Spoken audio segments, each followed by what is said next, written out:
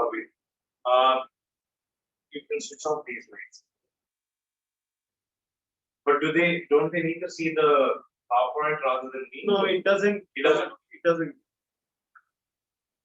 Okay. Lovely. Thank you very much for giving me this opportunity. It's been a long time since I've met many of you in this club. When Mr. Madhu asked me to speak about the IT industry, I said this is much more interesting. This is more of what I do. I thought we should talk a little bit about what was daily life in Madras about 1,000 years back, 1,500. I'll use that I'll be a little vague about the dates because essentially I'm looking at what was Chennai like when the Cholas ruled this part of the land. So this is really our agenda for the day, and we'll keep seeing this slide. I wanted to start with an advertisement. This is for those of you listening right at the back, you might want to come to the front a little bit. So this is a advertisement that came out in 1855 in a magazine that was dedicated to the ruling princes of India. And this is a man called Ram Dutt, who's an astrologer in Colombo, and he's selling talismans. So look at the cost of these talismans. Honor, riches, learning, and greatness, 7 rupees 8 annas, which in the 1850s would have been a massive amount. Health and physical strength, 7 rupees 8 annas. Power of eloquence and speeches, which was something like me need, 7 rupees 8 annas. And then coming down, for men's love to women, 7 rupees 8 annas. For women's love to men, 10 rupees. Wow. Yeah, exactly. So I'm told by younger nephews and nieces who are very active on dating apps and pubs across the world that typically women get a better deal than men in social clubs and in the pubs and so on and so forth. I don't know, is that the data that some of you also know? No, we are all nice boys. I think you might need to check with your children or grandchildren. They will tell you a different story. But jokes apart, the point that I'm making is if you run through that list, I don't know what gemming is, I don't know what is plumbago is, but if you broadly look at that list, fundamentally what we need as human beings has not changed much since the 1850s when this advertisement came out. I don't know whether we'll spend 7 rupees 8 annas for a talisman, but the point that I'm really making is that our needs and fears as human beings are eternal and universal. Whether it was 10,000 years back, whether it is today, whether it will be 10,000 years later. Broadly, as human beings and even as living things, there are only 3 things that we will really need. One is around respect, one is around affection and love, and the third is around safety. And it's not very different from our animal relatives as well. We also, maybe respect is not important, but clearly safety and affection would be important for most animals as well. And the way for me to read history would be to look at what are needs and fears that people have had in the past. How have they operated from those needs and fears? What can we learn from that for our own needs and fears? So if you look at history from that aspect, it doesn't matter if you don't know when Rajaraja Chola ruled or when the Pandyas overthrew the Pallavas or the Cheras and when did one king die and when was one king born. But history then becomes very, very relevant to us as human beings because today and tomorrow, whether it's us or our descendants, we're going to have the same needs and the same fears. Maybe technology will help us achieve these needs or face these fears in different ways, but the core need or the fear is going to be largely the same. And that's really the big point that I'm making. The rest of it is going to be more trivia that connects with us as Chennai people. But the bigger point that I'm making is really this. So I'd like you to keep this in mind for the rest of the evening. What are our sources? Our sources are temple inscriptions that are strewn across temples in Tamil Nadu and certainly in India. And a few words about these. The oldest inscriptions that we have in India are found from the Ashoka period in the north. The Tamil Nadu has a very, very unique distinction. It is the state which has the maximum number of inscriptions. And it's a great tragedy that we don't hear much about this in our history textbooks because it's not there in our school syllabus. But these inscriptions are extremely important records for us to be able to reconstruct something like this. So even if if somebody in Uttar Pradesh or Rajasthan or wherever else in India, if they had given me even a crore of rupees to do this kind of a talk, I wouldn't be able to do it. Because in those states, they don't have this bulk of inscriptions that we have. So in a way, as people who have a connection to Tamil Nadu, as people who have a connection to Chennai, it behoves us to know that these inscriptions exist and also know a little bit about what the context and what the content of these inscriptions are. So in this temple in Tiruvattur, for example, which is not very far out from here, these inscriptions are fairly readable. But there are some temples where they are not. And if you notice the last line, it's for sandblasting. And many of our inscriptions in our temples have been erased forever because they have been sandblasted over, or people have applied cement and put bathroom tiles on them and have defaced them in many other ways, which is a very great tragedy because very soon you will understand a small glimpse of what kind of information inscriptions can give us. And some of the times you don't need sandblasting. You can destroy inscriptions like this. This is one new fad that we have in Tamil Nadu, where if you take some paint and you write your exam number, your student number, then magically you get good marks in exams. I don't know why students pick something like this, but many of our inscriptions we are using to this kind of issues as well. When we talk about inscriptions, there are two people who are very important that we need to know. One is Eugene Hirsch, who started the tradition of recording inscriptions and publishing them. Since about the 1850s, the Epigraphic Survey of India, which is based out of Mysore, has been coming out with annual reports of temple inscriptions, not just from South India, but from across India as well. Another person who really helped Eugene Hirsch was the first Indian director of the institute, who was Rao Bahadur Venkaiah. And that's a picture of him over there. Thankfully, Venkaiah's descendants have very recently.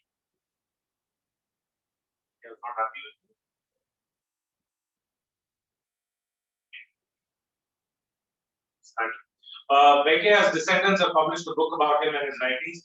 But these two people are very important for us because they went temple by temple, pond by, because sometimes sluice gates in ponds also have inscriptions on them.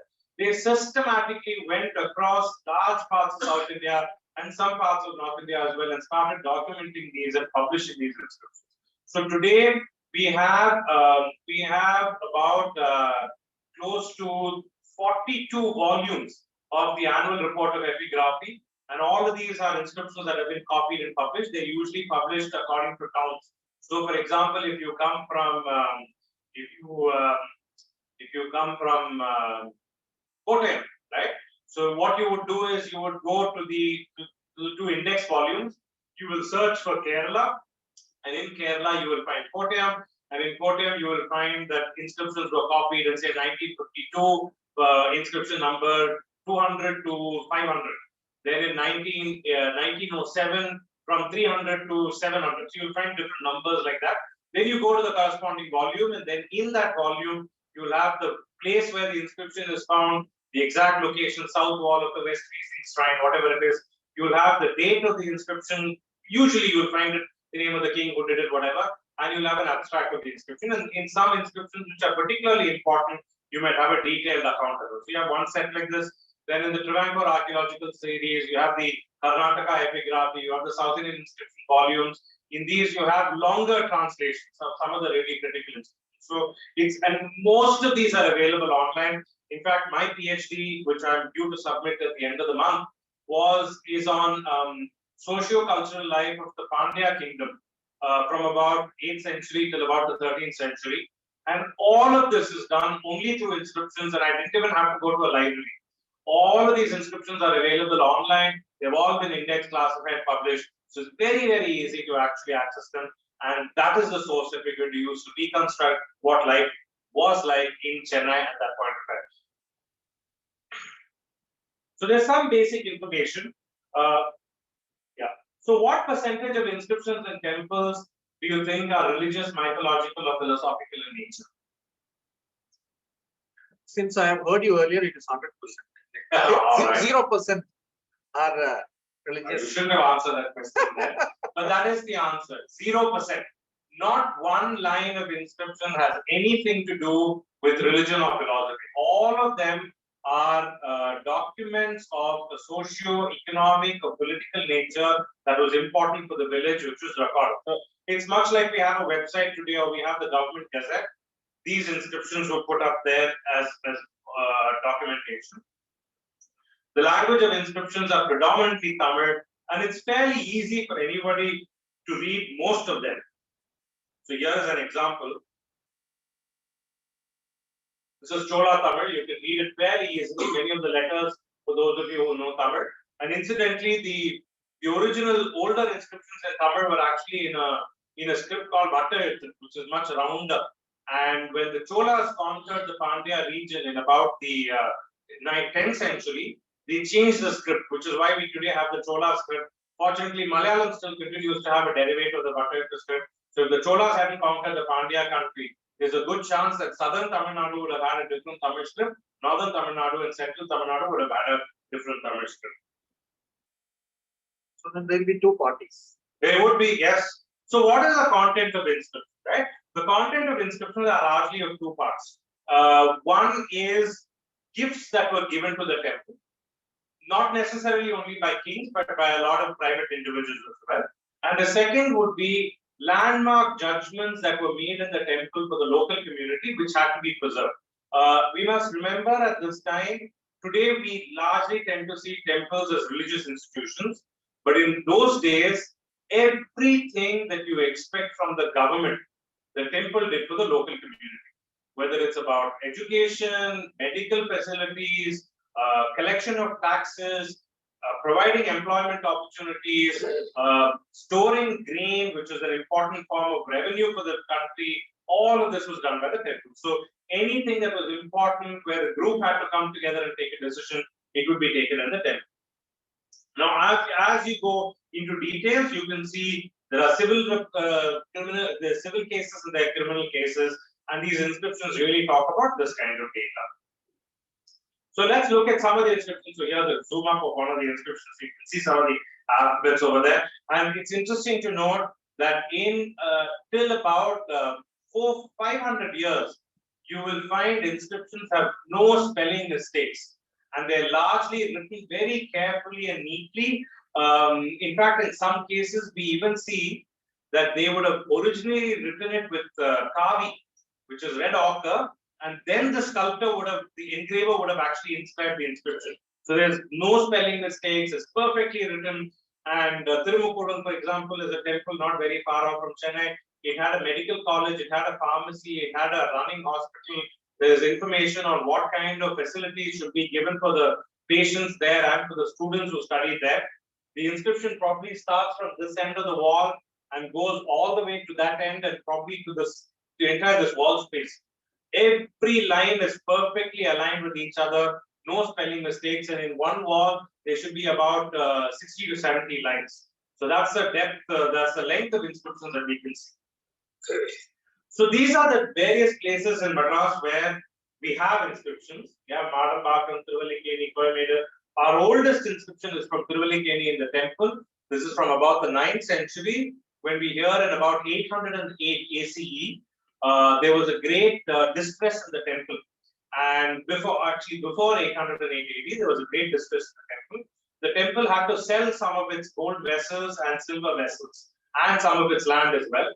In 808, one trader in the community, he gave the money back to the temple, and the very grateful temple, they gave him some honors in the temple, and we know, and they commemorated this in an inscription, and therefore we know that the Patsarthi temple itself is much older than 808 AD, and we also get a list of some of the vessels that they've used at that point in time, things like Vattil and Hindi, which are all words that we still use at home today.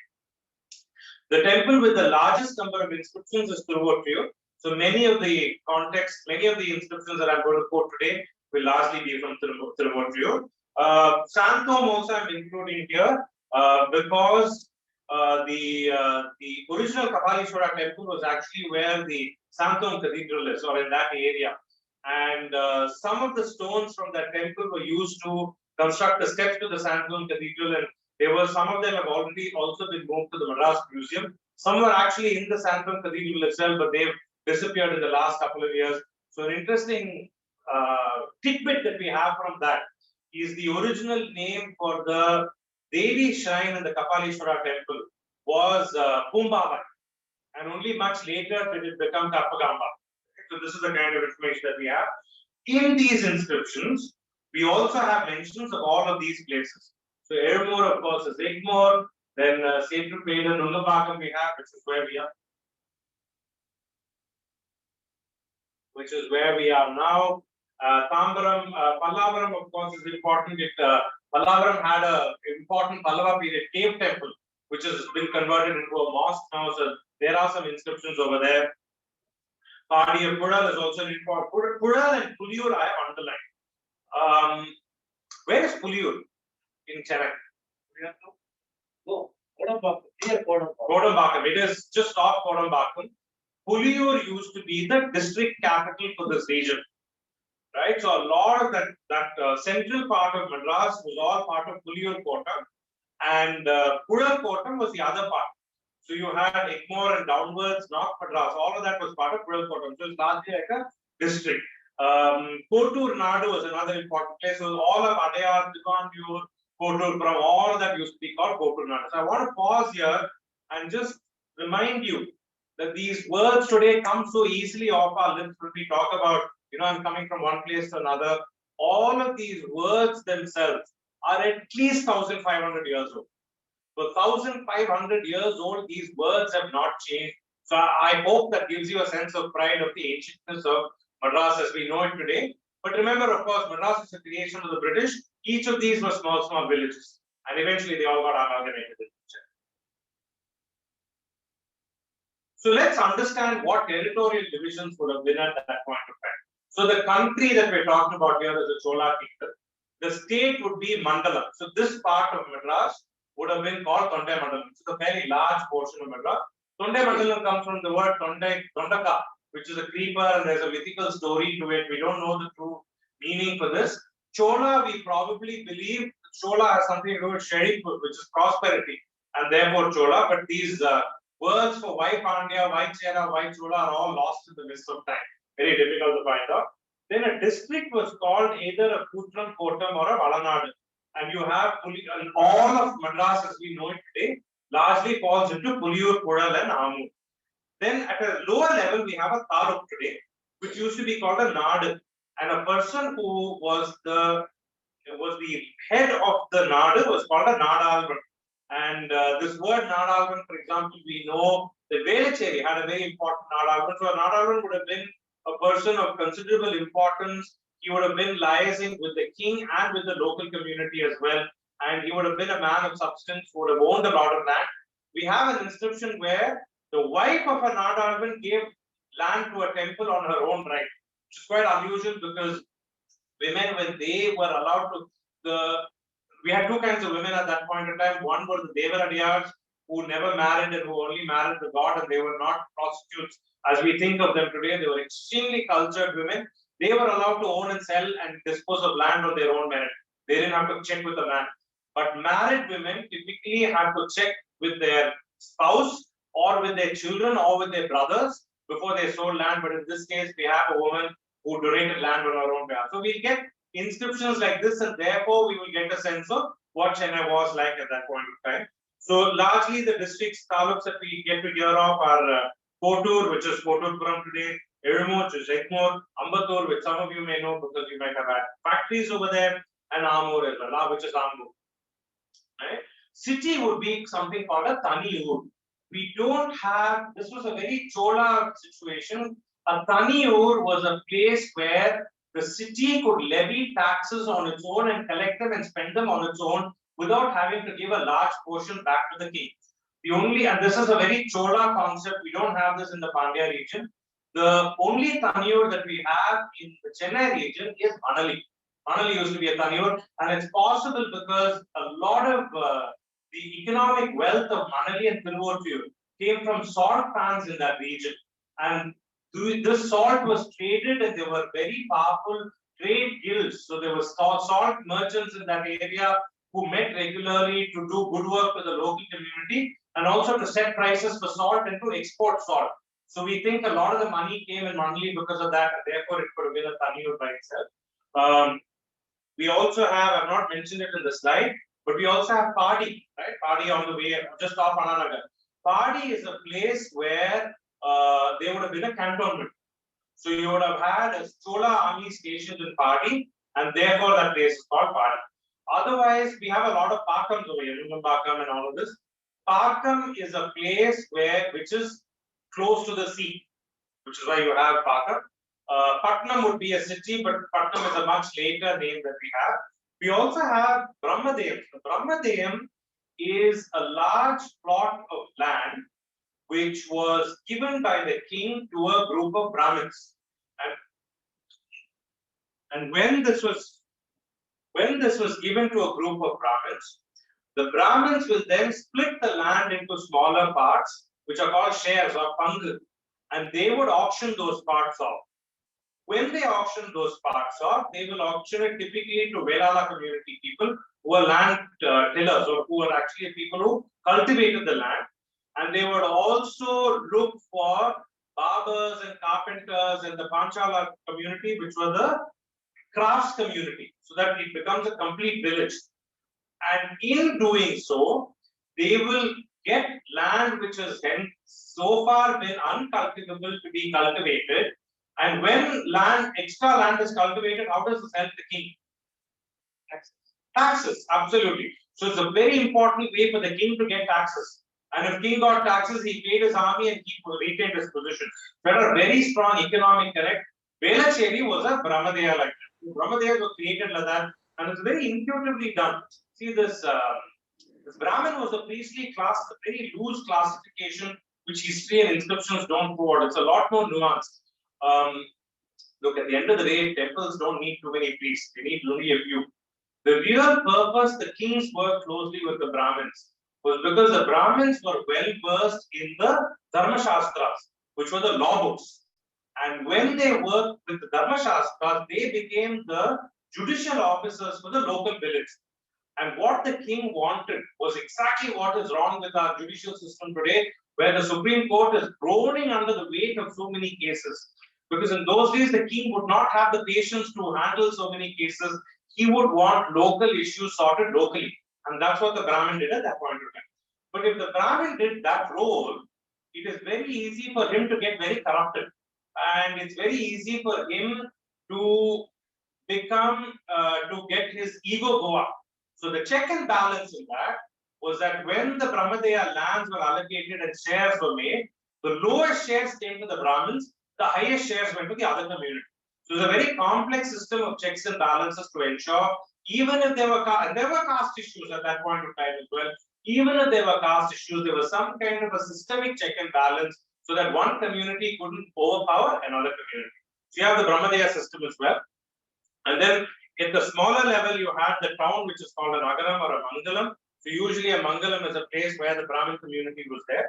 You might have had villages which had a very small Brahmin population, which were largely populated by the agrarian community. Those are called Urs. So all your Urs in Chennai region would all have been primarily agricultural places.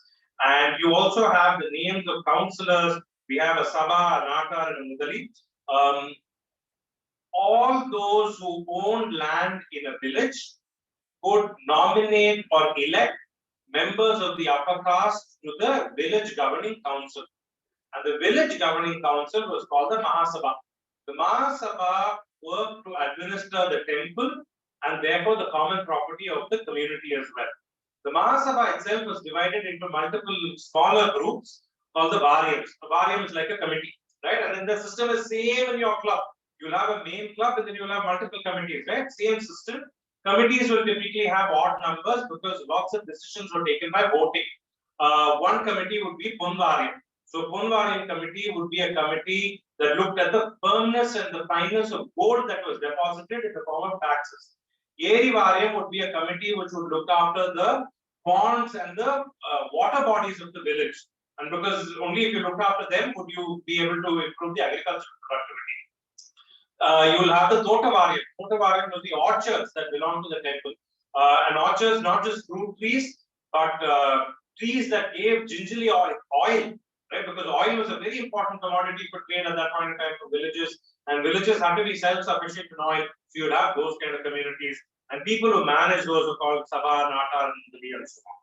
And you'll find that these words like Kotam and Mandalam, we still have them today. This is from my road. I'm sure if you look at your road, you'll find the same Kotam and Mandalam as well. So this is what a sample village would have looked like. In Chennai, Mylapore or Thiruvanmiyur or Velachery, I think much closer to this. All of these villages would have largely been like this. It would have started off in the Pallava period, but the Cholas really knew how to plan their village well. Usually you'll have a river or a water body, an important water body. The Ur would be the place where the agrarian community would live. The Nagaram would be the place where traders lived. And remember, you also had traveling trades. So places like Coimbatore, Padi, Velachery, Manali, Mylapore, these villages made a lot of money by traders who passed from the east coast to the west coast. And as they traded through, they would have to pay taxes and tolls in each of these villages. So it's a very important revenue generating source for the villages. So many of them would stay in places like this. So the traders would give tolls and taxes to the village, and the villages would support them by taking care of their property as they were moving from one place to another, because highway thievery was a big problem. And villages would often help traders by looking after protection for them as they move from one village to another. And then you would have the Brahmin community called the Chakravarthy Mandalam. Typically over here, you would have a Vishnu temple which faced the east side, because by the Chola time, all the solar deities in the Rigvedic times had merged into worship of Vishnu. The Durga would be on the northern side, because north is Yamaloka, south is Yamaloka. Durga was somebody who was extremely victorious in all battles. So she always burned death by putting her back towards the south and facing the north. So she would be on the north side. Murugan would typically be in the south looking towards the north. And we'd have a palace. So Kulothunga Chola, for example, had a palace somewhere in Mylapore. We know this because in one of the temple inscriptions, he mentions that when Kulothunga Chola was sitting in Mylapore, he caused some land to be given to some temple, and therefore we know that there was a temple in Mylapore. But we'll have to imagine this temple wouldn't be built out of stone; it would have been brick or wood structure. And in the middle would be something called an ambalam, which is a hall with pillars in it, and this would have been the place where the community came together to take important decisions. And I think recently some of you might have read of Narendra Modi's mention of the Uttaramerur inscriptions, right? Those inscriptions on how the election was done in those days, they are found in an ambalam of that particular village. So all villages would have had an ambalam, but now they're all gone and disappeared. Then we have the Saptamatrikas. Saptamatrikas are 7 women deities who are a combination of the mother goddess and a Hindu deity like Vishnu or Shiva or Brahma or Indra. The Saptamatrikas were the guardians of the common property. And the most important common property for any village was the water source, or the lake. And you will usually find the Saptamatrika image next to a lake. Tamil Nadu itself has only 3 dedicated temples to Saptamatrika. One of them is in Velachery. I strongly suggest, as you are driving on Velachery main road towards Dandeshwaram temple, as the road turns towards the right, going on towards Tambaram, you'll find the Seliyamman temple. So very modern looking temple, but that's actually a late Pallava, early Chola temple. It's one of the oldest in the city, and definitely one of the rarest in the state. So definitely go and have a look at it. Shiva temples will be usually closer to the cremation ground, and we have in Thiruvotriyur inscriptions. We have the names of many streets in Thiruvotriyur. Vadaga Peruvadi. What do you think we call it today? Vadaga Peruvadi. I know the answer, but I am not saying. Not this time. Vadaga is north, right? So what is an important road that's on the north-south axis? Not Usman road. Hey, Usman road which is on a north-south axis. It's not here. It starts from where you were staying when you were at that. North-South axis. ECR. ECR was called Vadagathai. And ECR was a very important road because it connected Tiruvattriyur to the northern parts of Nellore and the Chola country, because it was an important trade route. Grains from paddy from Nellore would come here, and I think they would have had some supply from Tiruvattriyur going on as well. So we have the names, and in some of them, in Tiruvattriyur, we have names of roads where at junctions water stalls were kept during summertime to give water to people, to pilgrims and people on the road. Largely, villages would have looked like this. There's an old photograph of another village called Tirumayam, which is the Tirukottai district. But from hymns of Samandar and others of Tiruvannur and Mylapore, we have some information on how the streets look. So we know that streets were wide enough for 2 chariots to pass, which means they would have been broadly the size of what we are today, but minus, of course, the borders and the pavements and all of that. We have sometimes references to how some of the houses in Mylapore and Tiruvannur kiss the sky and the moon, which is just a very poetic way of saying that they had 1 story extra, which means they didn't just have a ground floor, they had a first floor as well, which also means therefore that they were built out of brick. So we have evidence of some houses that were built out of brick, and many of them would have been built out of mud and would have had thatched roofs. We also have information of Tiruvannur having many Jains and Buddhists. So we would have had a lot of Jain and Buddhist followers over there. There might have been Buddhist viharas and Jain palis as well. So these are some of the things that we know from literature. So let's look at, we talked at length about some of the committees. I'll talk a little bit more about the committees. So for example, this Tiruvattriyur is an interesting example. How are we doing on time? 10 minutes. Another 10 minutes? Okay. So Tiruvattriyur, I'll give you an example. The Ponvaryam is the committee that took care of the gold. Yeah. The Chola king got an audit done, and the auditors found out that the quality and the quantity of gold in the temple did not match what the account said. Yeah, so clearly somebody had played around with the cash. Today, this will take several years for this to get solved, but they were much smarter. Looking at the lines of the inscription, the inquiry must have not lasted for more than a month.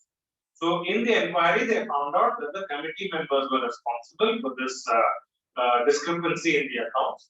So the private property of the committee members was confiscated. The lands were sold, and the principal and the interest was deposited back to the temple. The rest of the money was given back to the committee members, and they were asked to leave the community.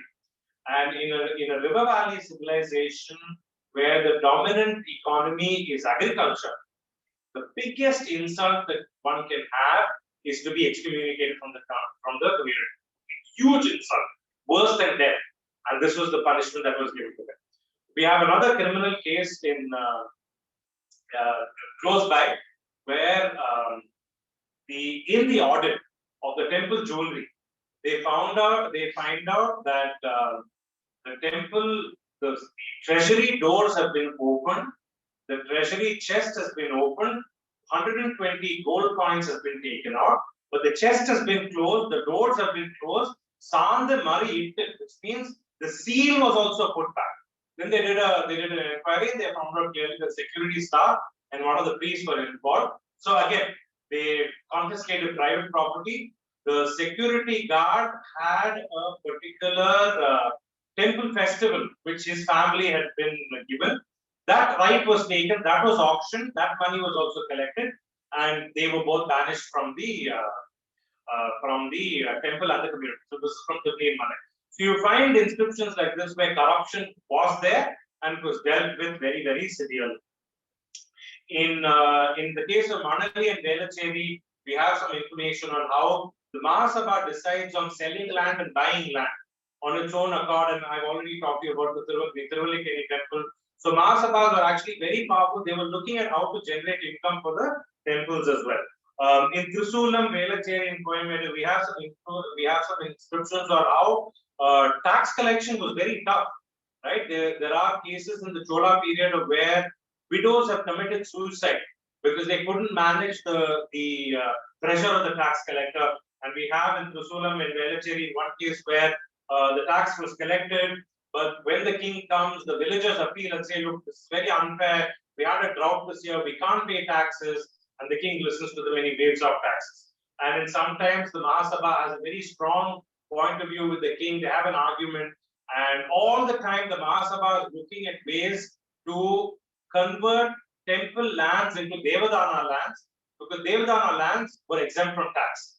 And all the time the committee was looking at how can we reduce the tax burden for the temple. The Kavalkaran inscription is an interesting one in Thiruvattur. It talks about how the watchman for the Koimeda village was either he was not paid his salary or he wanted an increase and the village committee didn't give it to him. So the guy just opted and left. He just left the village. So these guys then, they went and called him back and said, no, we want you back. And they talked terms and then they must have given him a rise at least. So we have inscriptions like this. So land ownership was both private and communal. Usually men tended to own the land, but as I've said in some cases, as economic prosperity increased, women in those families had much larger powers than otherwise. There was communal ownership of land, which is the temple land. And usually in Chennai, the largest landholder was the temple. Land could be sold to anyone. So in Vesapadi and Ennur, we even have lands that were sold to people who are not even from that village. An irrigation system. Many of the inscriptions are actually on irrigation systems, and they're very complex calculations, both in terms of how often water has to be shared and what is the volume of water. Because it was an agrarian economy and literally every drop count. And another interesting thing with irrigation inscriptions, not just in Chennai but across Tamil Nadu, it was not the king's responsibility to look after the irrigation needs of the village. The local villagers did this. So those villages which depended on, say, Chembarambakam or Koimeda had a lake at that point in time. Nungambakam also had an important lake at that point in time. These villages, the villagers had to take care of the desilting of the land, of the irrigation. They were responsible to keep the canals clean, and they were responsible for keeping the sluice gates operational for their water sources. It was not the responsibility of the king. And then we have the cost of land. So I've put some calculations over here. We have this mostly from the Velachery inscriptions, which talk about a lot of the land calculations being done in coins. And taxes, there are a few inscriptions about taxes that were levied. We also know that coconuts, for example, were taxed in and betel leaves tax was one of the highest taxes in those days. We have a much later Vijayanagara period inscription where there were caste-based taxes as well. So I know Aurangzeb comes in for a lot of bad words because of jizya, but we've had caste-based taxes in Tamil Nadu also for a long time. There are sometimes, not in Chennai, but there are sometimes on taxes on slaves as well. We've had slaves. There were people who were sold as well, and they incur a tax, and those kind of things we have a tax as well. And one thing is for sure, if you look at Madambakam, for example, there's a long inscription on taxes that are due to the temple. Much later, about the Vijayanagara period, which is about 300, 400 years back, tax systems in the Chola period were way more complicated than what we have today. These are some of the lists of occupations that we have in Chennai at that point of time. Kundratur has an inscription where the weavers got together and they donated a couple of stone pillars to the temple. We have goldsmiths and blacksmiths. We have oil mongers, the watchman story I told you about, the Upper Alatar are the salt merchants. So we have a lot of information about that. The Kuyavan was a very important member of the community. There are many inscriptions where they have donated gifts to the temple as well. Stone pillars, for example, right? So they must have been quite wealthy at that point in time. Merchants and guilds in Mylapore, Thiruvattur, and Kosolam. Guilds were a group of merchants who came together to set prices for their commodities. We don't have much information on what commodities they traded in Chennai, but we have a lot of other information elsewhere. These merchants, one of the important things that they did to show their commitment to the local community was in funding large building projects and temples. So in Triplicane, the temple wall, the Madapalli were all commissioned for by the merchant guilds. The Tayar Sanadi in the temple, the Andal Sanadi in the Triplicane temple, were all constructed by merchant guilds. And you'll find Trusulam Guild would have donated something to Tiruvottur. Tiruvottur would have donated something to Mylapore. Mylapore would have donated something to Velachery. So it's very clear that even though Madras was not there as a geographical identity in their mind, it's very obvious that people were constantly moving across these many villages. It wasn't as different from each other or self-contained as we would normally think. So there was a lot of between Tiruvottur, Tiruvanmiyur, Mylapore, all of these. There was a lot of people going back and forth, back and forth. And the Savarna of Kundutur is an interesting one.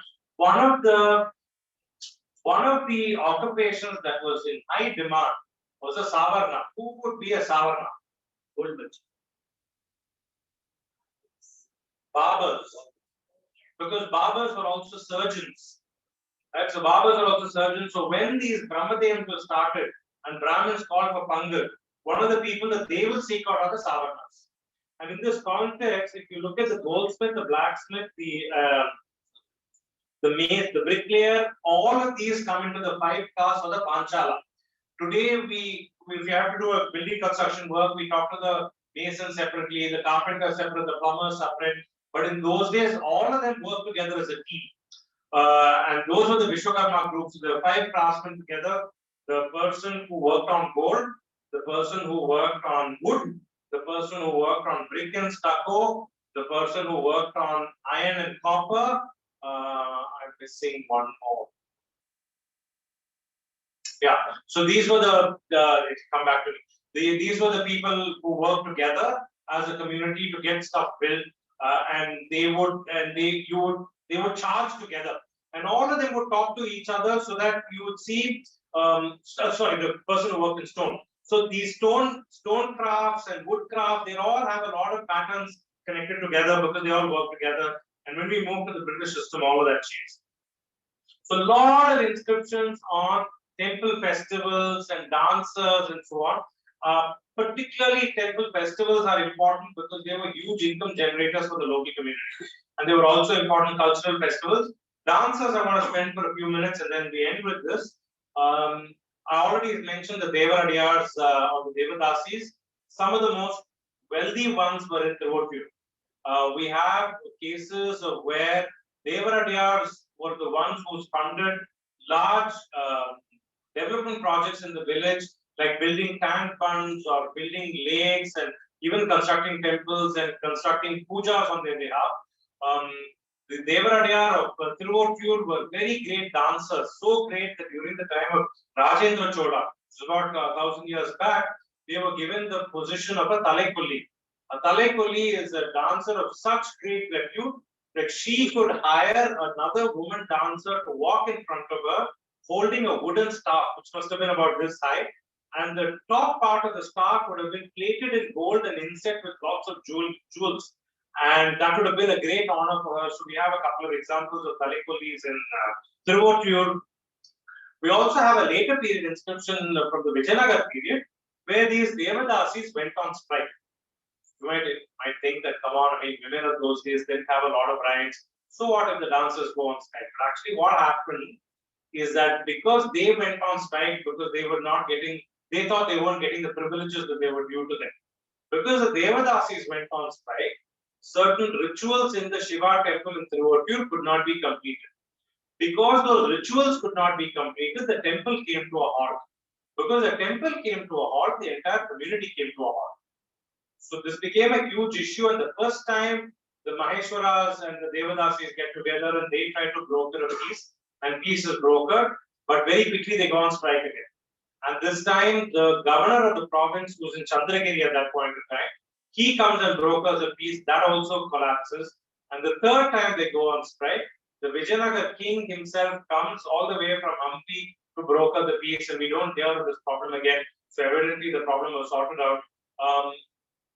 I believe that this is the first example in India, a documented example of a professional group going on strike, asking for certain privileges. It's a very rare case, and it also tells us, for those of you who like your music and dance, that inscription also gives a long list of what kind of Devadasi did what kind of perform, what kind of music and what kind of dance. Many of it we've lost. We don't even know what that music was or what the dance was. But for people who research that sort of thing, it's a very important. It's a very important nugget. So that's really a few things that I wanted to say. So to sum up, right, there were a lot of disputes. Many of the inscriptions talk about land disputes and water disputes, irrigation disputes, this Devadasi dispute at home. But in all of these, the principle for resolving that dispute was always about recognizing that people are different, but we need different people to make our community alive. Number one. The second was always about whether it was temples encouraging landowners to cultivate more or landowners giving wealth back to the temple. It was, if you look at the way the inscriptions are worded, especially the legal documents, it's always about what am I doing for the community and how can we work things together. So, like in this watchman case, right? It's so easy for the village to say, okay, I mean, get lost, we'll find another watchman. But you don't find that kind of attitude. Invariably, it will be, look, we need you as much as you need us. Let's make the relationship work. So, generally, the principle for organizing this would be, we are important more than me, and only if we exist together as a community can our individual needs be met. And you'll normally see these kind of things, and therefore, in a way, and I like to say it this way, if you look at it from a philosophy point of view, from our stories, Ranabhumi is about blood, a soil full of blood, right? Where everybody is different. I put myself before the community. Rangabhumi is when I look at the varied colors of the rainbow, I recognize that people are different, and I see how we can work together and create that rainbow. And if you find, and let me make no bones about it, right? All the things that we find about today, caste, community, gender, age, all of this, religion, all of this we had in those days. Chennai, like the rest of Tamil Nadu and rest of India. But if you look at the way they have been resolved, you will largely see these principles. Yeah. So this is a food for thought that I wanted to leave you with. There are some wonderful books which you can read. Of course, the ARE volumes are there for those of you who want to get into great depth. But the book that I would highly recommend that you read is one by K.V. Raman, which is called The Early History of the Madras Region. I think it's recently been republished by the C.P. Ramaswamy Iyer Foundation. And I strongly recommend you buy that book. Very engagingly written. So these are a few things that I wanted to say. I guess we could take a couple of questions. I have big questions. Yes. One is about the inscription on the temple. There's a radio program which goes on in the morning, which describes about the different inscriptions. They're talking about the old games that we used to play, which are inscribed even in the Tiruvallur temple. Right. That is one thing. And the next thing is about a Balipidal in Tiruvallur temple, which I believe was effective and being used in early 20th century. What's that? And even early 20th century, they were using the Balipidal where a human body is taking place.